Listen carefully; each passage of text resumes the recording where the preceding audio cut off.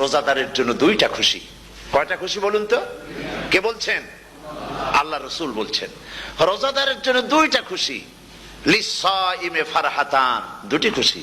ফারহাতুন ইনদা ফিতরিহি, একটা খুশি হচ্ছে ইফতারের সময়।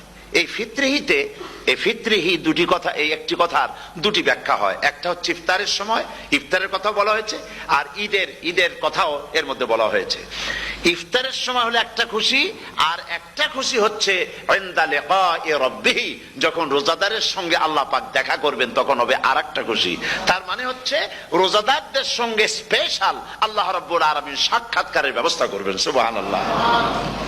তাহলে দুটি জিনিস হলো, একটা হলো ইফতারের জন্য দুটা, রোজাদারের জন্য দুটা খুশি, একটা হলো ইফতারের সময়, আর একটা হচ্ছে আল্লাহর সঙ্গে যখন দেখা করবে। তো ইফতারের যে খুশিটা, এই খুশি রোজাদার ছাড়া কেউ বুঝবে না।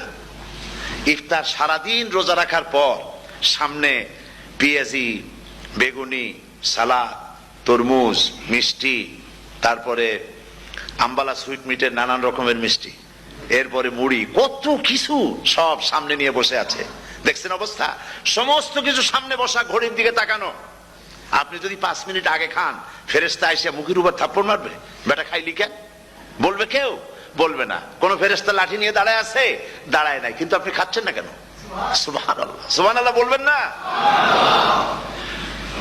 অন্তত 1500 বছর আগে আল্লাহ রাব্বুল আলামিন নির্দেশ করে রেখেছেন, সূর্য সাদা হওয়া থেকে, পূর্ব দিগন্ত সাদা হওয়া থেকে শুরু করে পশ্চিম দিগন্তে যখন কালো হয়ে কালো রেখা দেখা দেবে, যখন মাগরিব হয়ে যাবে, সূর্যাস্ত যাবে, ততক্ষণ পানাহার আর স্ত্রী সম্ভোগ থেকে বিরত থাকো। 1500 বছর আগের আল্লাহ রাব্বুল আলামিনের এই নোটিশ কিভাবে কার্যকরী হচ্ছে উম্মতের মধ্যে, মুসলমানদের ভেতরে। খাবার সামনে আসে, পিপাসা লেগেছে। এখন তো পিপাসা লাগে না, খুব ঠান্ডার সময়, এখন রোজা রাখতে খুব মজা হবে, তাই না? খুব মজার রোজা।